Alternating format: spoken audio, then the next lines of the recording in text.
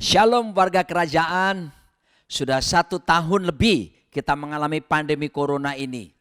Dan saya percaya bahwa kita terus membutuhkan pertolongan Tuhan, kekuatan Tuhan. Ketika kita melewati lembah-lembah kesulitan di dalam kehidupan setiap kita.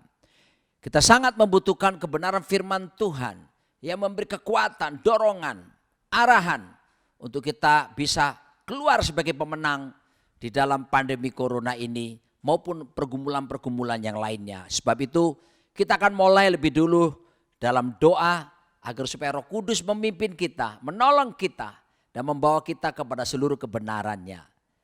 Bapa Sorgawi, kami berdoa, nyatakan dirimu lewat firman-Mu. Karena firman-Mu itu ya dan amin. Firman-Mu itu pelita bagi kaki kami serta terang bagi jalan kami. Firman-Mu yang bila kami renungkan akan membuat kami bertindak hati-hati sesuai dengan segala yang tertulis di dalamnya. Sehingga dengan demikian perjalanan kami akan dibuat Tuhan menjadi berhasil. Dibuat Tuhan menjadi beruntung. Kami sungguh percaya langit bumi dan segala kemuliaan yang dibangun manusia tidak kekal dan akan segera berlalu. Tapi satu hal yang pasti, perkataanmu, firman-Mu tidak mungkin berlalu melainkan kekal sampai selama-lamanya. Berfirmanlah ya Tuhan, datanglah kerajaan-Mu, jadilah kehendak-Mu atas setiap kami seperti di sorga. Dalam nama Yesus, amin. Saudaraku dikasih Tuhan, dalam Mazmur 23 kita menemukan kenyataan bahwa penyertaan Tuhan terjadi bukan cuma di saat-saat yang indah, semua serba mudah atau di tempat yang nyaman. Tetapi penyertaan Tuhan juga terjadi pada saat kita mengalami lembah kekelaman sekalipun. Kalau boleh saya nyanyikan Mazmur 23 berkata hal-hal yang positif dan saya minta nanti Bapak Ibu anggukkan kepala kalau Anda melihat kalimatnya itu positif sekali. Tapi kalau negatif coba buat gerakan kepala memutar seperti ini ya. Saya akan mulai. Tuhan adalah gembalaku, takkan kekurangan aku. Pasti kita manggutkan, kata-katanya bagus. Ia membaringkan aku di padang yang berumput hijau. Kita pasti manggut-manggut, kalimatnya bagus. Ia membimbingku ke air yang tenang. Ia menyegarkan jiwaku. Tetap manggut-manggut bukan? Ia menuntunku di jalan yang benar oleh karena namanya. Tetap bagus dan kita pasti manggut-manggut ya. Tetapi renungkan yang berikut ini. Sekalipun aku berjalan dalam lembah kekelaman, saya percaya kita tidak akan manggut-manggut. Kenapa? Sebab dikatakan, though I walk through the valley of the shadow of death. Sekalipun aku berjalan dalam lembah-lembah bayang-bayang kematian. Suatu hal yang tidak mengenakan. Jadi respon kita memutarkan kepala seperti ini. Tapi saya mau beritahu, itulah penyertaan Tuhan. Dia tidak menyertai kita pada saat-saat lagi semua serba mudah. Tetapi jaminannya, nama Tuhan disebut Immanuel. Arti pertama adalah God be with us. Tuhan beserta kita. Arti kedua, God dwell in us. Tuhan tinggal di dalam kita. Tetapi yang ketiga, God for us. Tuhan di pihak kita. If God be for us, who can be against us? Kalau Tuhan di pihak kita, siapakah lawan kita?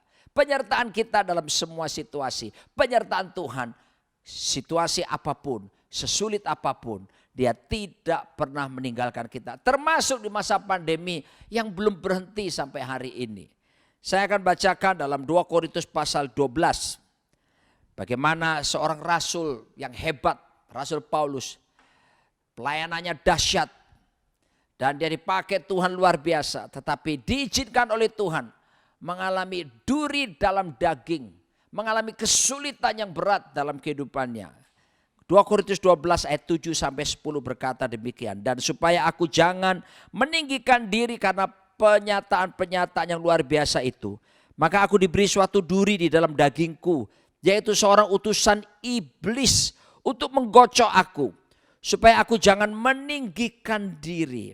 Tentang hal itu aku sudah 3 kali berseru kepada Tuhan. Supaya utusan iblis itu mundur daripadaku. Tetapi jawab Tuhan kepadaku, cukuplah kasih karuniaku kepadamu. Sebab justru dalam kelemahanlah kuasaku menjadi sempurna. Sebab itu terlebih suka aku bermegah atas kelemahanku. Supaya kuasa Kristus turun menaungi aku. Karena itu aku senang dan rela di dalam kelemahan. Di dalam siksaan, di dalam kesukaran, di dalam penganiayaan dan kesesakan oleh karena Kristus. Sebab jika aku lemah, maka aku kuat. Wow, suatu keadaan paradoks. Kalau aku lemah, maka aku kuat. Tetapi ini bukan paradoks yang biasa. Ini paradoks yang luar biasa.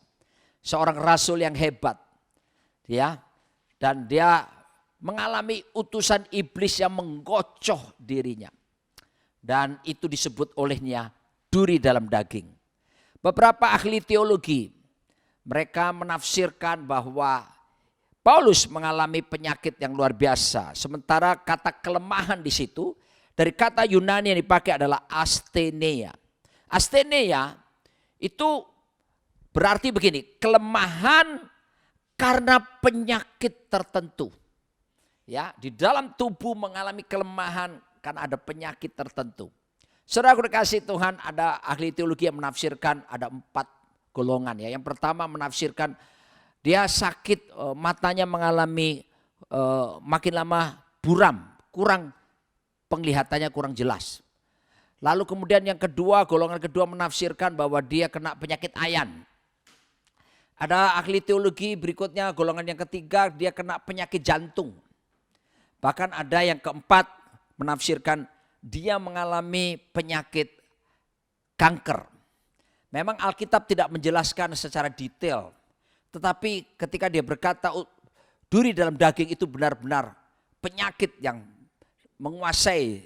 Bahkan dia seorang rasul yang oleh sapu tangannya saja bisa menyembuhkan orang lain. Dia pernah berdoa supaya orang mati bangkit. Seorang pemuda bernama Eutikus jatuh dari tempat yang tinggi, di rumah tinggi ketika Rasul Paulus mengajar. Karena dia ngantuk, dia terjatuh dan dia mati. Tetapi Rasul Paulus berdoa dan membangkitkan orang yang mati ini. Jadi rasul yang hebat, tapi Tuhan izinkan ada duri dalam daging. Ada kelemahan yaitu sakit penyakit.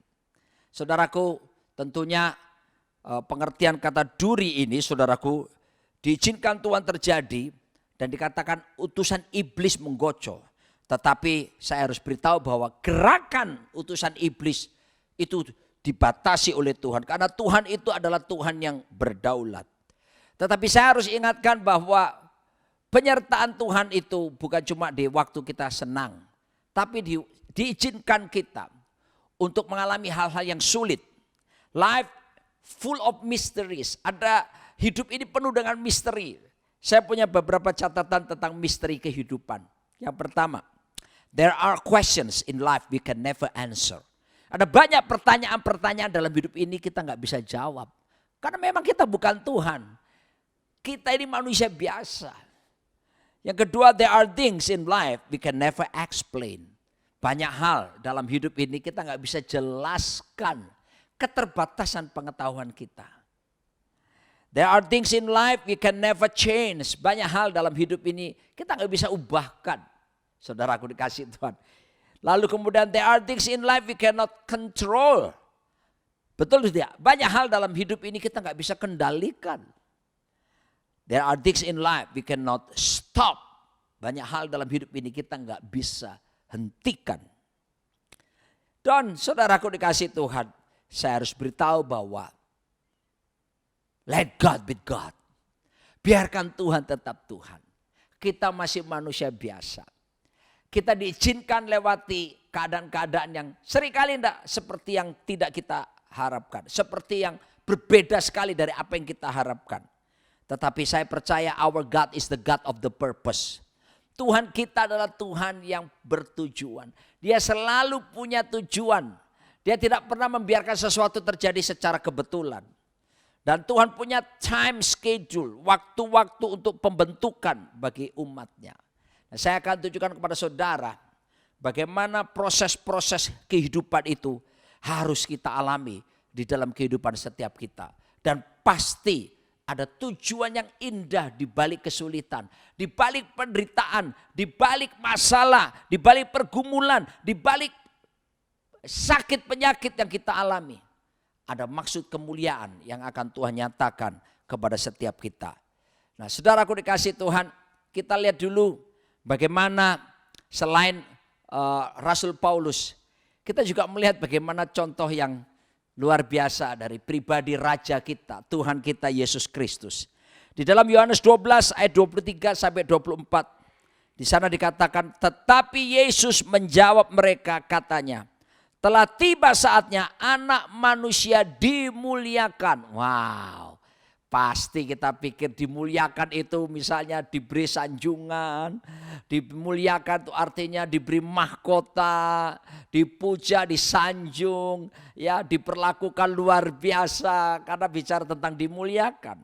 Tetapi apa yang Yesus katakan selanjutnya, aku berkata kepadamu, sesungguhnya biji gandum, jikalau biji gandum tidak jatuh ke dalam tanah dan mati, ia tetap satu biji saja. Tetapi jika ia mati, ia akan menghasilkan banyak buah.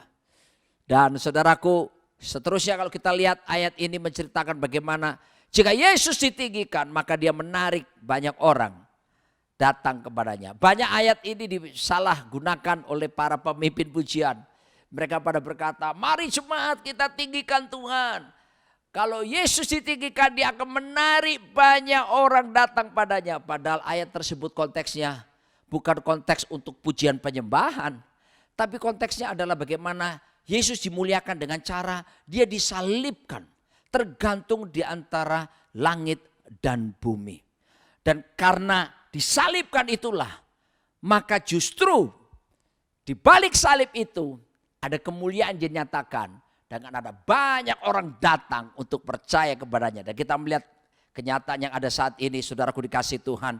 Akibat karya Kristus mati di kayu salib, maka kita lihat bagaimana bangsa-bangsa hari-hari ini datang kepada Tuhan dan sujud menyembah, mengakui Yesus Kristus sebagai Tuhan dan Raja di atas segala raja. Jadi saudaraku, bagaimana kemuliaan dinyatakan ternyata menurut pandangan Tuhan Yesus lewat salib. Wow, saudaraku dikasih Tuhan, ini beda dengan promosi yang dunia berikan kepada kita. Tetapi saya memberitahu kepada saudara, firman Tuhan tetap sama. Baik kemarin, sekarang, bahkan sampai selama-lamanya. Kalau di antara kita yang sedang mengalami ujian berat, pergumulan berat pandemi ini, Anda mengalami pergumulan ekonomi, rumah tangga, kesehatan atau apapun. Dengar baik-baik, kuatkan, teguhkan hati Anda. Sebab Tuhan tahu persis apa yang kita alami. Penyertaanmu sempurna, rancanganmu penuh damai, aman dan sejahtera walau di tengah badai. Itulah Tuhan kita. Tetap menyertai kita dan selalu ada maksud Tuhan di balik ini. Pernahkah Anda mendengar perkataan the cross before the crown? Harus ada salib dulu sebelum mahkota. The thorn before the throne. Duri dulu, baru kemudian ada takhta disediakan. Wow, tidak enak buat daging, tetapi ada maksud kemuliaan yang Tuhan izinkan. Dalam Yesaya 43 ayat 21. Di sana Yesaya mengatakan, umat yang telah kubentuk bagiku. Dia mengutip perkataan firman Tuhan, Umat yang telah kubentuk bagiku akan memberitakan kemasyuranku. Oh, dengar baik-baik jemaat yang dikasih oleh Tuhan Yesus Kristus.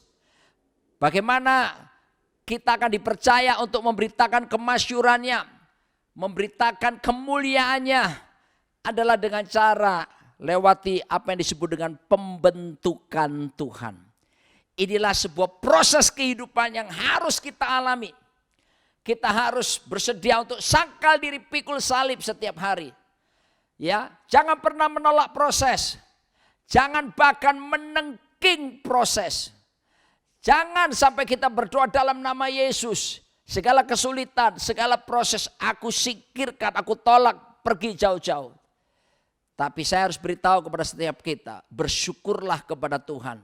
Ketika kita mengalami proses yang berat dalam kehidupan ini. Mengalami pembentukan yang luar biasa. Mari kita belajar daripada falsafah emas. Seperti Ayub mengatakan dalam ayat 23 ayat yang ke-10. Karena ia tahu jalan hidupku. Seandainya ia Tuhan menguji aku. Aku akan timbul seperti emas. Haleluya. Bersyukurlah.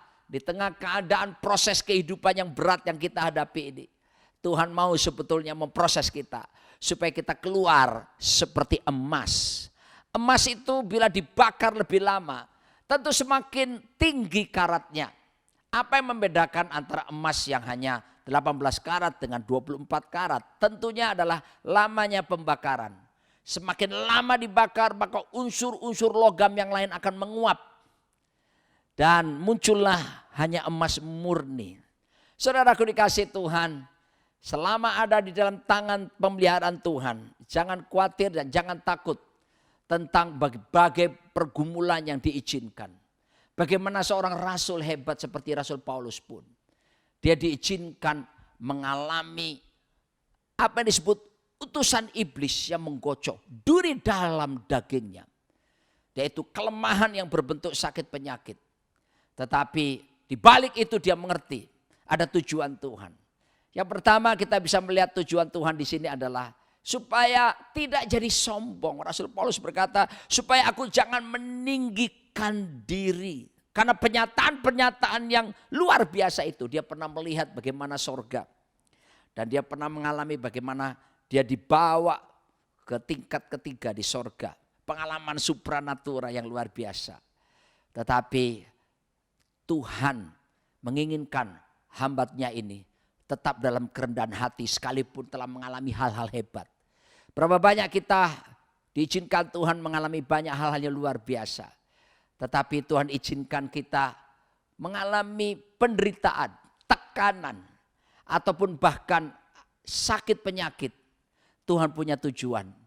Yang pertama, supaya kita tetap belajar rendah hati. Tidak ada kesombongan dalam diri kita. Sebab Yesus berkata, belajarlah daripadaku. Karena aku lemah lembut dan rendah hati. Oh saudaraku, orang yang rendah hati justru akan ditinggikan.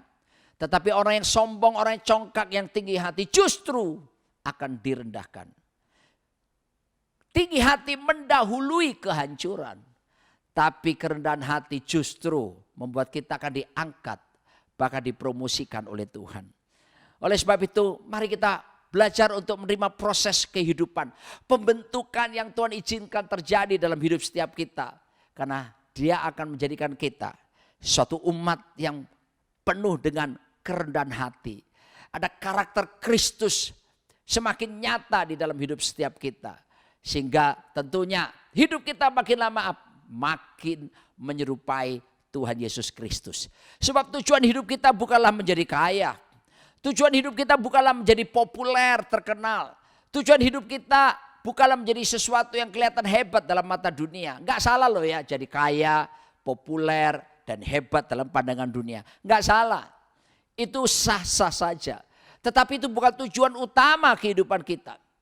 Ya, itu hanya stepping stones. Satu batu-batu pijakan yang akan membawa kita sampai kepada seberang sungai yang selanjutnya.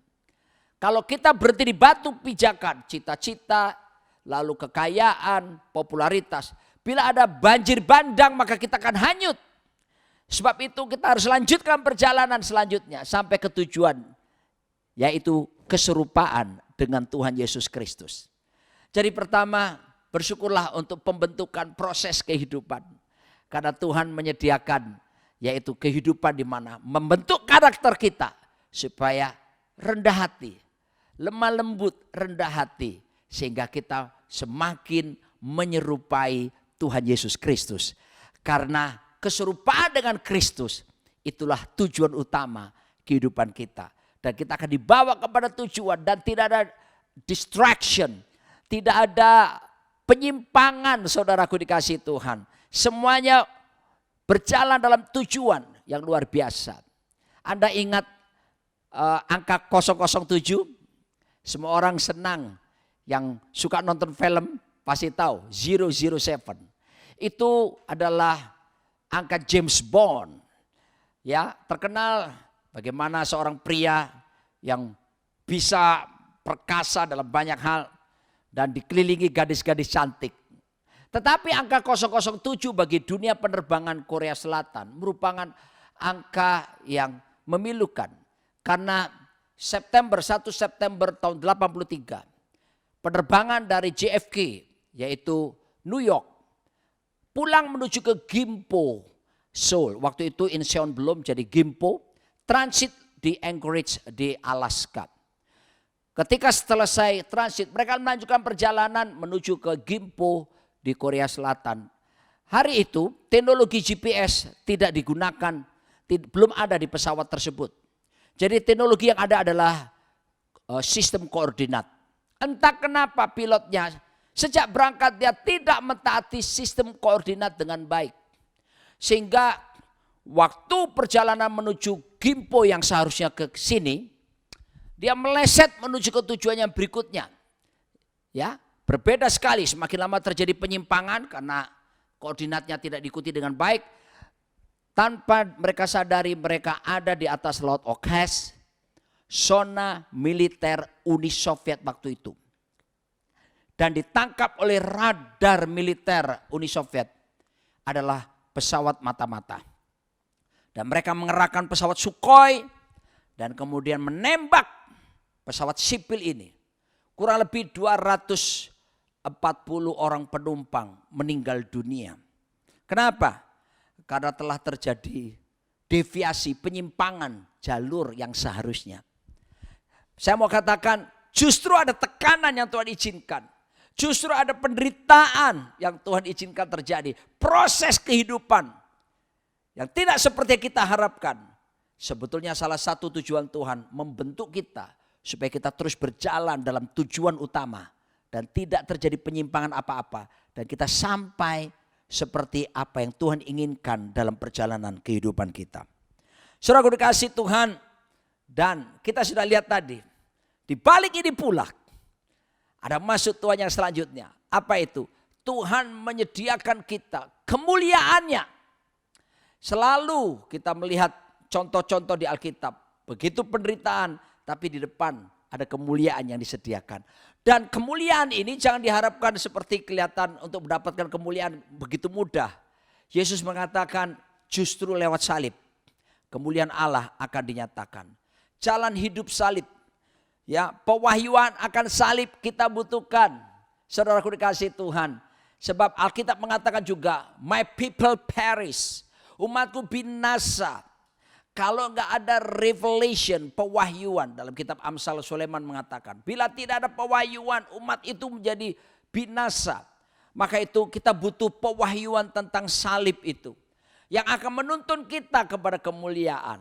Saudaraku, biji gandum harus jatuh ke tanah. Jatuh ke tanah bicara tentang kerendahan hati. Lalu mati. Mati bicara apa? Mati terhadap dosa-dosa. Di tengah tekanan yang kita alami hari-hari ini, mungkin penderitaan, kesulitan Anda. Mari kita tetap berpegang teguh kepada kebenaran dan tidak ada kompromi dengan dunia ini. Kuatkan dan teguhkan hati saudara. Tuhan tidak pernah meninggalkan saudara. Ketika saudara berteguh hati di dalam penderitaan yang kita hadapi ini, tetap hidup dalam kebenaran. Dan kita terus bergantung dan bangun hubungan dengan Tuhan dengan baik. maka saya percaya hikmat dan kekuatan Tuhan akan mengalir dalam diri setiap kita. Sebab penyertaannya sempurna atas setiap kita. Diizinkannya kita mengalami penderitaan ini supaya kemuliaan dinyatakan. Kata mulia, saudaraku, kemuliaan dalam bahasa Ibrani itu kabod. Dalam bahasa Yunani adalah doxa. Itu artinya apa kemuliaan? Bicara soal bobot. Wow. Maksudnya apa bobot? Bobot ini bicara tentang the quality, kualitas saudaraku. Bobot bicara karakter. Tuhan ingin saudaraku lewat ujian, lewat tantangan, lewat pergumulan dijadikan kita warga kerajaan yang berbobot, yang berkualitas saudaraku dikasih Tuhan. Agar supaya kita menjadi manusia yang bertumbuh dewasa ke arah Kristus. Bertumbuh dalam segala hal ke arah Kristus. Dan saya mau ingatkan dalam pernyataan Rasul Paulus tadi. Justru dalam kelemahan kuasa Tuhan menjadi sempurna. Tuhan berkata cukuplah kasih karuniaku bagimu. Artinya apa? Tuhan menyediakan ada anugerah yang disebut sufficient grace. Di tengah keadaan seperti ini, kesulitan yang kita hadapi, kuatkan dan teguhkan hatimu. Ada anugerah yang cukup, sufficient grace. Kata anugerah charis adalah God's ability, kemampuan Tuhan yang diberikan kita supaya kita bisa melakukan kebenaran firman Tuhan. Saudaraku dikasih Tuhan, di tengah keadaan ini, mari mintalah, sambutlah anugerah Tuhan, kekuatan Tuhan yaitu kasih karunia sufficient grace yang membuat kita bisa teguh berdiri untuk kita tetap bisa melakukan firman Tuhan, tunduk dan taat akan kebenaran dan menjadikan kita tetap menjadi pelaksana kehendak Tuhan di muka bumi ini. Saya percaya kesulitan boleh datang, apapun boleh datang. Kalau kita tetap berpegang teguh kepada kebenaran firman Tuhan, semua kita akan seperti Ayub berkata, keluar seperti emas. Haleluya. Bahkan pemazmur berkata dalam Mazmur 119, dia mengatakan ayat 71, bahwa aku tertindas itu baik bagiku, supaya aku belajar ketetapan-ketetapanmu. Oh, bayangkan, keadaan tertindas itu pasti keadaan yang tidak enak. Keadaan yang tidak disukai buat daging kita. Tetapi dalam perspektif kekekalan kehendak Tuhan, maka kita bisa berkata bahwa aku tertindas itu baik. Kalaupun aku mengalami pembentukan, kesulitan, proses kehidupan yang berat yang kualami hari-hari ini, apapun itu baik bagiku. Kenapa? Supaya aku belajar ketetapan Tuhan. Wow, saudaraku, supaya apa? Membawa kita hidup menjadi pelaksana kehendak Tuhan di muka bumi ini. Sebab Tuhan menciptakan hidup kita di muka bumi dengan tujuan agar supaya lewat kita kebenaran firman Tuhan itu dinyatakan bagi dunia ini. Orang bisa melihat kita sebagai contoh hidup. Orang bisa melihat Kristus nyata dalam diri kita ketika kita hidupi kebenaran firman Tuhan. Jangan bersungut-sungut, jangan mengomel, jangan berkata Tuhan tidak adil. Tapi bersyukurlah pada Tuhan sebab Ia baik, bahwasanya untuk selamanya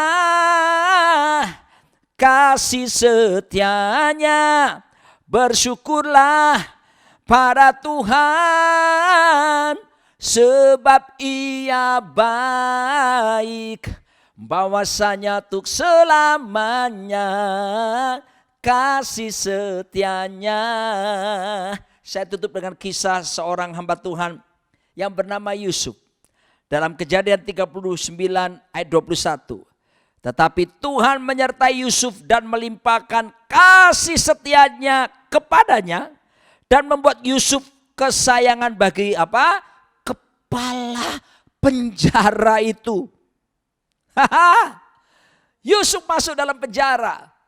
Padahal dia tidak berbuat kesalahan apapun. Dia masuk penjara karena dia difitnah memperkosa istri Potifar. Dia diperlakukan tidak adil. Dan dikatakan dalam bagian kitab yang lain, liang tutupan. Keadaan yang pekat, kebebasannya hilang, dibatasi. Saudaraku, tidak berbuat salah padahal. Difitnah, pengalaman proses kehidupan yang berat. Sebelumnya dia harus dijual sebagai budak oleh kakak-kakaknya sendiri. Lalu kemudian dia dipaksa menjadi budak di rumah Potifar. Saudaraku, tetapi Tuhan kita adalah Tuhan yang bertujuan. Justru dia mengalami pengalaman jadi budak itu. Dia kemudian karena dia takut Tuhan, dia dipercaya untuk mengurusi rumah tangga di situ. Dia belajar manajemen keluarga. Haleluya. Karena dia akan sudah dipersiapkan Tuhan untuk menjadi mangku bumi. Akan mempelajari manajemen pemerintahan yang ada. Dimulai dengan dia harus dibentuk untuk menjadi budak. Dan dia belajar manajemen bagaimana mengelola keuangan keluarga Potifar. Mengelola pegawai-pegawai Potifar. Dan kemudian dia tidak selesai situ. Dia difitnah, masuk penjara. Tetapi di penjara pun dia tetap disertai Tuhan. Perhatikan tadi ayat tadi. Tuhan menyertai dia dan melimpahkan kasih setia.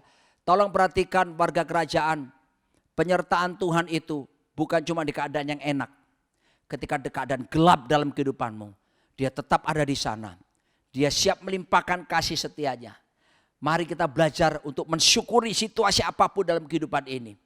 Dan kemudian Yusuf pun di penjara tadi. Kalau kita baca terus. Bagaimana dia bisa menerjemahkan. Dia bisa memberitahukan mimpi juru roti dan juru minuman raja. Dan ketika saudaraku dua-dua mimpi tersebut digenapi. Juru minuman roti, juru minuman anggur itu. Yang seharusnya memberitahukan Yusuf kepada Fir'aun. Melupakan dia. Saudaraku, dia dilupakan dalam penjara. Tapi Tuhan selalu bergerak sesuai dengan waktunya, kairosnya. Tuhan tidak pernah terlambat ataupun terlalu cepat. Tuhan tepat waktu. Jangan berdoa supaya terjadi percepatan proses Tuhan dalam hidup saudara. Tuhan tidak perlu percepatan. Tuhan selalu right on time. Kita manusia yang butuh percepatan. Tetapi kalau ada dalam rencana Tuhan, selalu waktu Tuhan terbaik bagi setiap kita. Doa saya kepada warga kerajaan di masa pandemi seperti ini. Rejoice always, tetap bersuka cita. Tetap bersyukur bahwa ada kemuliaan di balik salib. Haleluya. Ada takhta disediakan di balik duri-duri kehidupan yang Tuhan izinkan kita alami. Mau pilih keluar sebagai apa? Emas atau seperti kayu jerami yang terbakar hangus. Tapi pilihlah hidup supaya kita berkarakter. Punya bobot, punya kualitas karakter seperti Kristus nyata dalam diri kita. Dan saudaraku, jangan khawatir tentang apa yang kamu makan, apa yang kamu minum, apa yang kamu pakai.